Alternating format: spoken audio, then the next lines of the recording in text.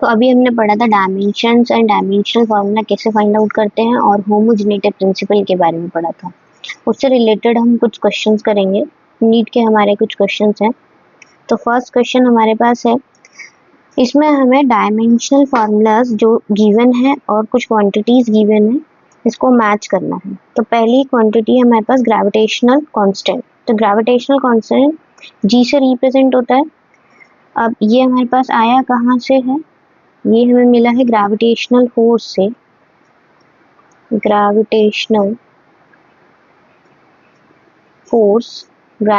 Force हमारे पास होता है F is equals to G m1 m2 by R square. Actually में दो मासेस के बीच में एक फोर्स लग रहा है जिसे हम ग्रेविटेशनल फोर्स बोल रहे हैं। ये है हमारे पास, ये 11th में चैप्टर है। तो अब हमें G का ये gravitation, capital G is gravitational constant, gravitational constant जिसका हमें डायमेंशनल फार्मूला फाइंड आउट करना है। तो हम G को उस साइड रखते हैं और अदर क्वांटिटीज को F के साइड ले जाते हैं। तो हमें मिला F are square m1 bye m2। अब F हमें पता है, F का डायमेंशनल फार्मूला हम पढ़ चुके हैं MLT-2। तो लिखेंगे MLT-2। आर स्क्वायर एक डिस्टेंस है, डिस्टेंस के लिए L2 एंड m मास, तो मास का स्क्वायर, दो मासेस है m1 m2 तो m स्क्वायर। अब हमारे पास सॉल्व करते हैं इसको, तो हमें मिलेगा m को ऊपर लेके जाएंगे तो m1 माइनस 2 l l⁻³ हो जाएगा एंड t माइनस 2। 3 क्यों हो रहा है, क्योंकि सेम बेस में पावर्स ऐड हो जाती हैं और डिवीजन में सेम बेस हो तो पावर्स माइनस हो जाती हैं। तो हमारे पास बन जाएगा m-1 L3 and t minus 2। देखा जाए क्वेश्चन में हमें मिल रहा है m-1 L3 t माइनस 2। तो हमारा सेकंड ऑप्शन फर्स्ट से मैच कर रहा है। तो फर्स्ट का ए का सेकंड, तो 3 ऑप्शन मिल रहे हैं हमें। ठीक है, अब नेक्स्ट है gravitational potential energy. Gravitational potential energy क्या होगी हमारे पास, potential energy, gravitational potential energy U is equals to G m1 m2 by r। तो G का डायमेंशनल फॉर्मूला हमें मिल चुका है, उसको हम पुट कर सकते हैं m-1 L3 t minus 2 and mass को हम लिख सकते हैं m2, उसको मास को लिख सकते हैं m2 एंड r हमारे पास हो जाएगा l। तो अब हमारे पास बन जाएगा m-1 प्लस 2 L3-1, डिवीजन वाला L हमारे पास ऊपर जाएगा और t माइनस 2। तो बना हमारे पास m1 L2 t माइनस 2। देखते हैं कोई मैच कर रहा है क्या, m1 L2 t माइनस 2। तो ग्रेविटेशनल पोटेंशियल एनर्जी हमें फोर्थ पर मिल रही है और ग्रेविटेशनल कांस्टेंट हमें सेकंड पे मिला। अब पूछे ग्रेविटेशनल पोटेंशियल। ग्रेविटेशनल पोटेंशियल को हम लिख सकते हैं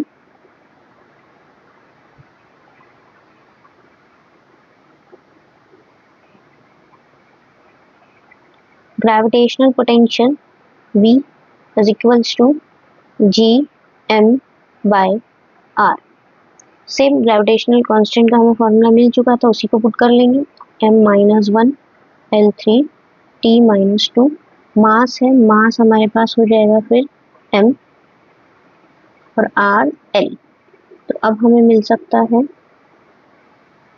m 0 हो जाएगा, -1 + 1 and l³ -1 and t minus 2। तो हमें मिल गया m0 L2 t माइनस 2। देखते हैं पोटेंशियल कहाँ मिल रहा है, तो ML2T माइनस 2 मतलब हमें मिल गया है फर्स्ट। तो पोटेंशियल हो गया हमारे पास फर्स्ट। अब इंटेंसिटी का भी मिल जाएगा हमें। इंटेंसिटी के लिए हम लिख सकते हैं ग्रेविटेशनल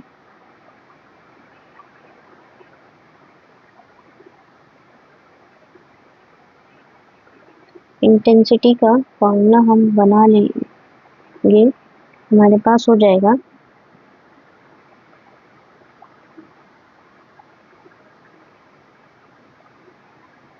फोर्स अपॉन में मास। फोर्स अभी हमने देखा था MLT माइनस 2, बहुत बार लिख चुके हैं, हम पढ़ भी चुके हैं m। अब ये बन जाएगा m से m कैंसिल हो जाएगा।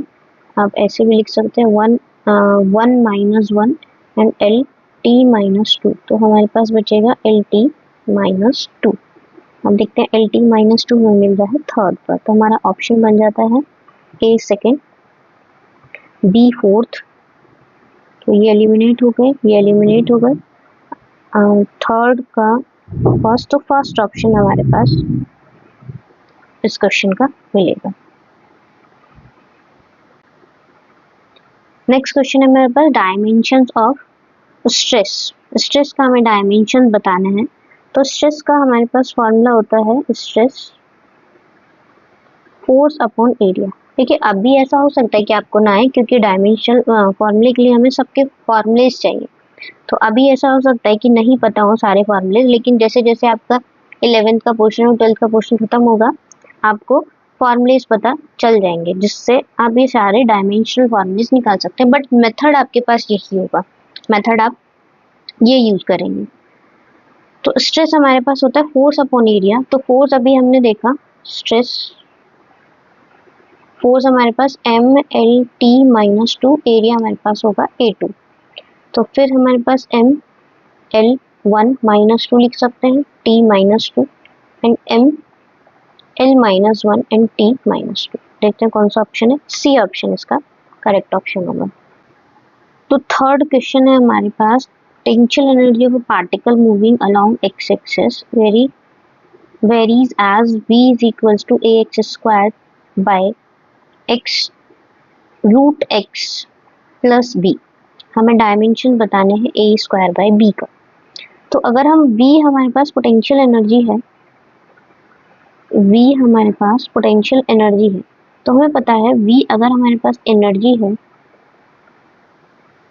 तो जो भी एनर्जी होगी उसके सारे डायमेंशनल फॉर्मूले सेम होंगे, क्योंकि सेम यूनिट होगी। मतलब वर्क का डायमेंशनल फॉर्मूला है जूल, एनर्जी का डायमेंशनल फॉर्मूला भी जूल। तो वर्क का डायमेंशनल फॉर्मूला है, सॉरी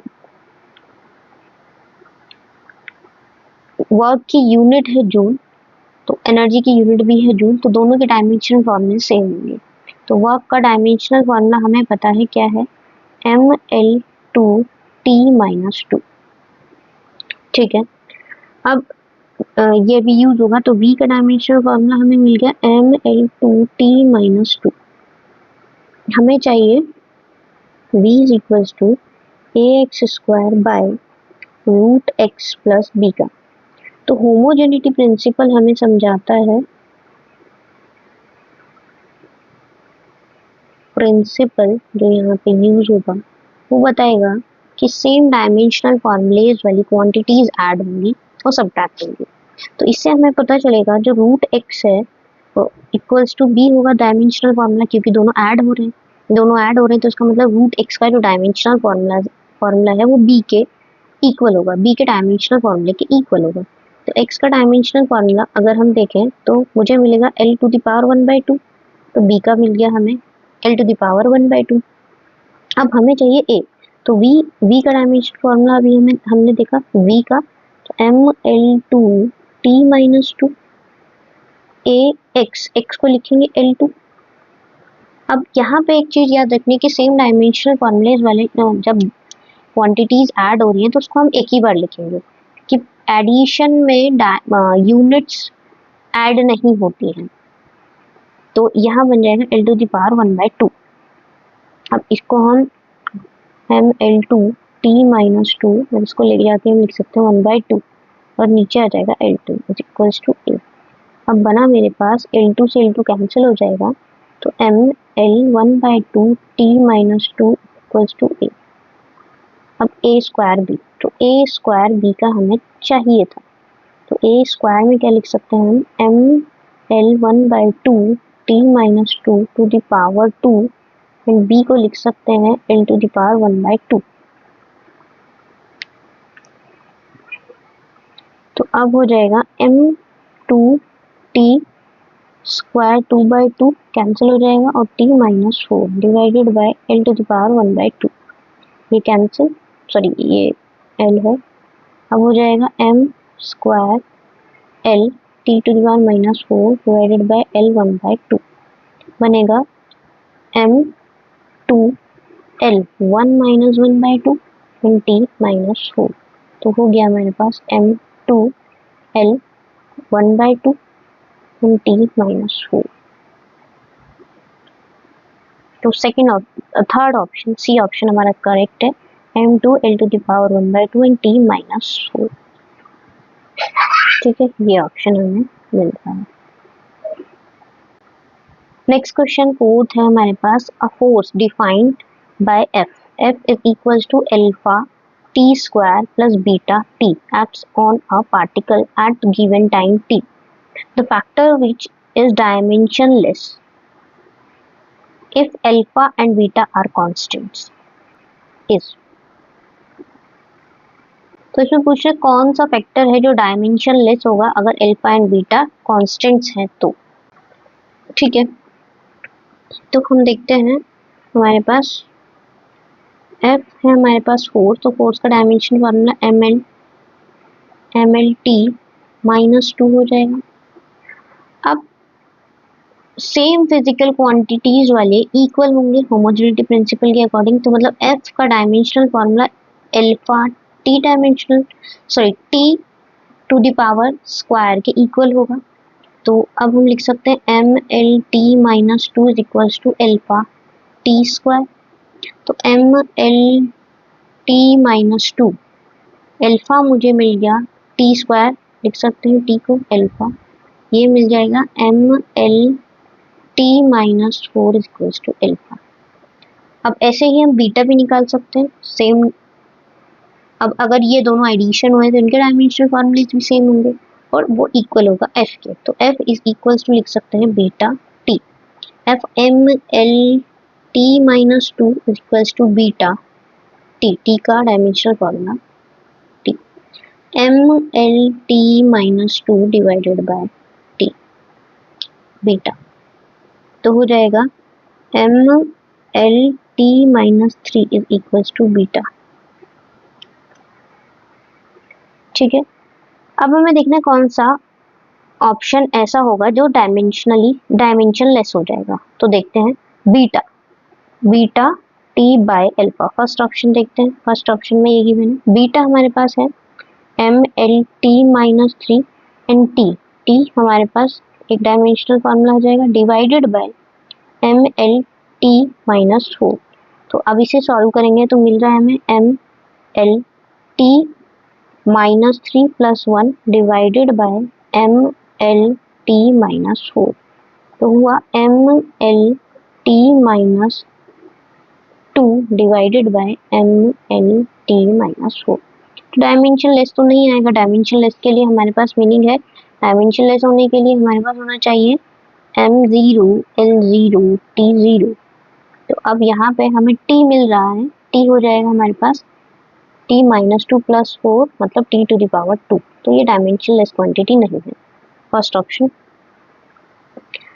अल्फा सेकंड ऑप्शन देखें हम, तो अल्फा हमें alpha t by beta, alpha given है हमको क्या, अल्फा भी हमने निकाला एम एल टी माइनस 4, अब t एक और आ जाएगा। अब बीटा है हमारे पास क्या, एम एल टी माइनस 3, तो अब ये लग रहा है हमको क्योंकि M L T minus 4 plus 1 divided by M L T minus 3, तो हो गया M L T minus 3 divided by M L T minus 3। तो इसमें हमें ऑप्शन से ही जाना पड़ेगा, अदरवाइज अगर हम ट्रिक में देखें ये भी कैंसिल हो गया, बी ऑप्शन हमारे पास करेक्ट है। अगर ट्रिक में आप देखें तो अल्फा बाय बीटा या बीटा बाय अल्फा आपको देखना पड़ेगा। तो अल्फा अगर हम देखें शॉर्ट में, अल्फा बाय बीटा अगर हम देखें तो अल्फा हमारे पास था MLT-4 और बीटा में हमारे पास है MLT-3।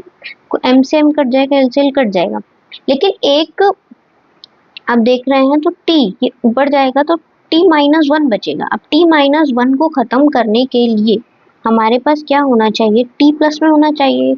अगर मैं यहाँ पे T+1 और कर लूँ, यहाँ पे ऐड कर लूँ, मतलब अल्फा के साथ में एक T और ऐड कर लूँ तो मेरे पास डायमेंशनली लेस क्वांटिटी आ जाएगी, T भी 0 हो जाएगा। तो ऐसे भी हम जा सकते हैं। नेक्स्ट क्वेश्चन है मेरे पास, E and G respectively denotes energy. E हमें एनर्जी डिनोट कर रहा है और G हमारे पास ग्रेविटेशनल कांस्टेंट है।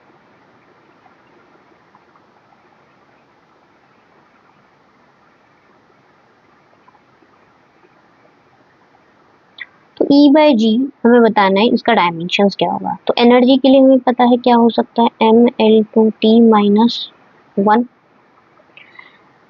सॉरी T-2 और ग्रेविटेशनल कांस्टेंट का हमने अभी निकाला था, हमारे पास था M-1 L3T-2।